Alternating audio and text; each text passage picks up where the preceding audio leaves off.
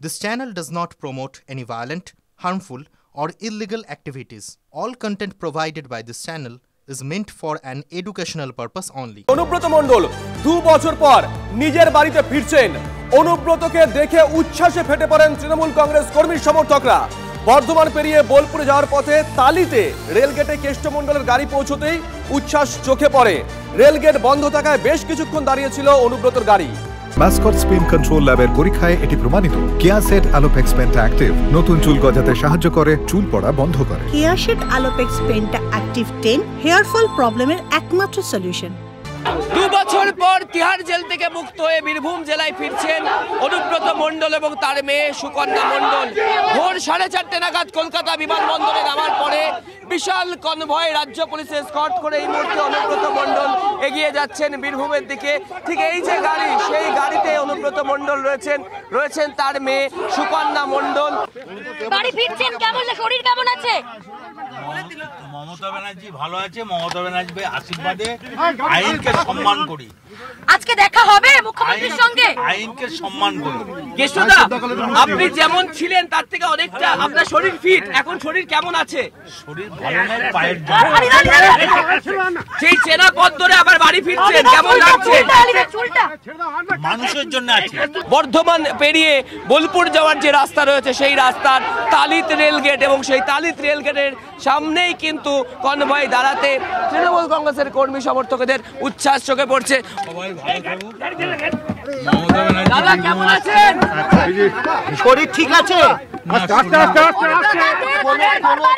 কেমন লাগছে? পায়ের বেদনা, কোমরে বেদনা। আমি কোর্টকে সম্মান করি, কোর্টের আইন আমি মেনে। দিদির সঙ্গে দেখা হবে মমতা বন্দ্যোপাধ্যায়? শরীর যদি ভালো থাকে, দিদি ভালো থাকুক। দিদির জন্য আমি আছি, বরাবরই থাকবো। তিনি যেটা বললেন যে তার পায়ে ব্যথা রয়েছে, শরীর একটু অসুস্থতা রয়েছে, তিনি বাড়ি ফিরছেন। তার শরীর ভালো থাকলে মুখ্যমন্ত্রী তিনিও বীরভূম জেলাতেই রয়েছেন, মুখ্যমন্ত্রীর সাথে দেখা করার চেষ্টা তিনি করবেন। ক্যামেরায় রজত শিকদারের সাথে অরিত্র ঘোষ, TV9 বাংলা, বর্ধমান। আর কিছুক্ষণ পরই বীরভূমে তার বাড়িতে পৌঁছে যাবেন অনুব্রত মণ্ডল। মেয়ে সুকন্যাকে নিয়ে ভোরেই দিল্লি থেকে কলকাতা এসে পৌঁছন অনুব্রত।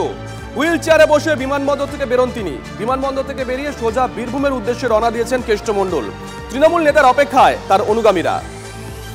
আমাদের সঙ্গে রয়েছেন এই মুহূর্তে দুজন সহকর্মী, অরিত্র এবং হিমাদ্রি। অরিত্র, কোথায় পৌঁছলো গাড়ি?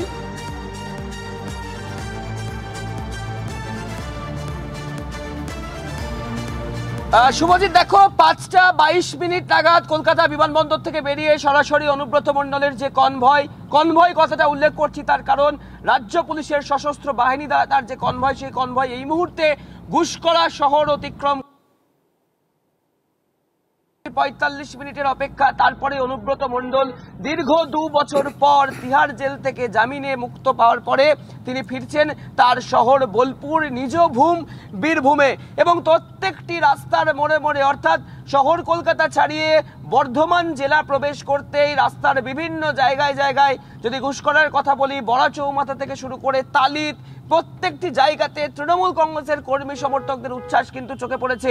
2 বছর পর অনুব্রত মণ্ডল বীরভূমে ফিরছেন, তাকে দেখতে, তাকে বরণ করতে শয়ে শয়ে মানুষের ভিড়। আমি ছবি দেখাবো এই মুহূর্তে অনুব্রত মণ্ডলের কনভয়টা তুমি দেখতে পাচ্ছ আমার সামনে রয়েছে। আমি রয়েছে অনুব্রত মণ্ডলের কলকাতা থেকে বীরভূমের বাড়ি যাওয়ার সফর সঙ্গী। দেখতে পাচ্ছ এই মুহূর্তে গুসকরা শহর ইটাচাঁদা এলাকায় প্রবেশ করে গিয়েছেন অনুব্রত মণ্ডল। এই গুসকরা থেকে বোলপুরের দূরত্ব খুব জোর 20 থেকে 22 কিলোমিটার, অর্থাৎ হাতে মনে হয়তো এবার আগামী 40 থেকে 45 মিনিটের মধ্যে অনুব্রত মণ্ডল পৌঁছে যাবেন তার বোলপুর নিচুপটির বাড়ি। মানে রাজ্য অনুব্রত মণ্ডল পা রাখার সঙ্গে সঙ্গে রাজ্য পুলিশের নিরাপত্তা পেয়ে গেলেন। কনভয় এই মুহূর্তে কেষ্টমণ্ডলকে তার বাড়িতে পৌঁছে দিচ্ছে। এটা অনুমান করা যেতে পারে যে রাজ্যের শাসক দল তার সঙ্গে এখনো পর্যন্ত কোনো দূরত্ব তৈরি করেনি, অন্তত ছবি সে কথাই বলছে, ইঙ্গিত করছে। একটি হিমাদ্রির কাছে যাই। হিমাদ্রি বাড়ির সামনে রয়েছে। হিমাদ্রি, ছবিটা। হ্যাঁ দেখো, একেবারে 2 দিন আগে যেই ছবি আমরা দেখেছিলাম অনুব্রত মণ্ডলের বাড়ির, সেই ছবি আবারও একবার দেখাবার চেষ্টা করব। 2 দিন আগে যে কার্যত বলা যেতে পারে শুনশান ফাঁকা যেই ছিল যেই বাড়ি, অনুব্রত মণ্ডলের জামিনের খবর আসতেই কিন্তু সেই বাড়ির ছবি এখন দেখতে পাচ্ছ কতটা পাল্টে গেছে। একেবারেই বলা যেতে পারে 360 ডিগ্রি ঘুরে গেছে সেই ছবি। এখন দেখতে পাচ্ছ ভিড়ে ঠাসা অনুব্রত মণ্ডলের বাড়ি। শুধু এই যে বাড়ি তা নয়, বোলপুর শহরের একাধিক জায়গা আমরা দেখেছি। শহরে যখন প্রবেশ করছিলাম পুরো শহর জুড়ে লাগানো হয়েছে অনুব্রত অনুব্রত মণ্ডলের ব্যানার, ফেস্টুন, তৃণমূলের পতাকা, পাশাপাশি সাধারণ তৃণমূলের কর্মীরা তারা কিন্তু রাস্তার দুপাশে অনুব্রত মণ্ডলকে স্বাগত জানানোর জন্য দাঁড়িয়েছিলেন। সেই ছবিও আমাদের ক্যামেরায় উঠে এসেছে।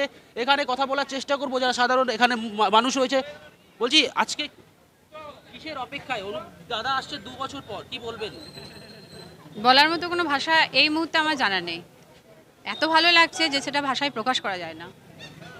আপনারা তো অপেক্ষা করছেন ফুল নিয়ে। অবশ্যই। অর্থাৎ বুঝতে পারছো, সাধারণ মানুষ তারা কিন্তু দাঁড়িয়ে আছে, তৃণমূলের কর্মী তারাও কিন্তু দাঁড়িয়ে আছে এবং তারা বলছেন যে বলার মতো ভাষা নেই। দাদা আসছেন 2 বছর পর, এটাই অনেক।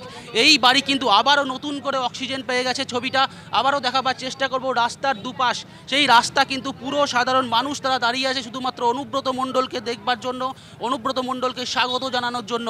এই ছবি কিন্তু অনেক কথা বলে দিচ্ছে। এর 2 দিন আগের ছবি আর এই ছবি কিন্তু অনেক পার্থক্য। সেই ছবি, এই বোলপুর শহর, অনুব্রত মণ্ডলের বাড়ি আবারও যেন অক্সিজেন ফিরে পেয়েছে। পাশাপাশি রাজ্য পুলিশের যা কর্মী রয়েছে তারাও কিন্তু তার বাড়িতে এই মুহূর্তে মোতায়েন রয়েছে। মানে এনারা কি থাকতেন নাকি অনুব্রত মণ্ডল ফিরছেন বলে চলে এসেছেন? মানে প্রশ্ন হচ্ছে যে অনুব্রত মণ্ডলকে কি তাহলে রাজ্য প্রশাসন তার যে নিরাপত্তা আগে পেত সেই নিরাপত্তা ফিরিয়ে দিল? দেখো, একেবারেই সেটাই কিন্তু এখনো পর্যন্ত মনে করা হচ্ছে, যদি অফিসিয়াল ভাবে এখনো কিন্তু জানানো হয়নি। কিন্তু অনুব্রত মণ্ডলের যে 3 থেকে 4 জন পুলিশ কর্মী এই বাড়িতে থাকতো তার থেকে সংখ্যা কিন্তু অনেক বেশি। পাশাপাশি বোলপুর শহরের একাধিক জায়গায় সেখানেও কিন্তু অনুব্রত মণ্ডল যেই রাস্তা দিয়ে আসবেন সেই রাস্তাতেও কিন্তু প্রচুর পরিমাণে পুলিশ মোতায়েন করা হয়েছে, যাতে অনুব্রত মণ্ডলের এই বাড়িতে আসতে রাস্তায় কোথাও কোনো বিপত্তির মধ্যে পড়তে না হয় সে কারণেই।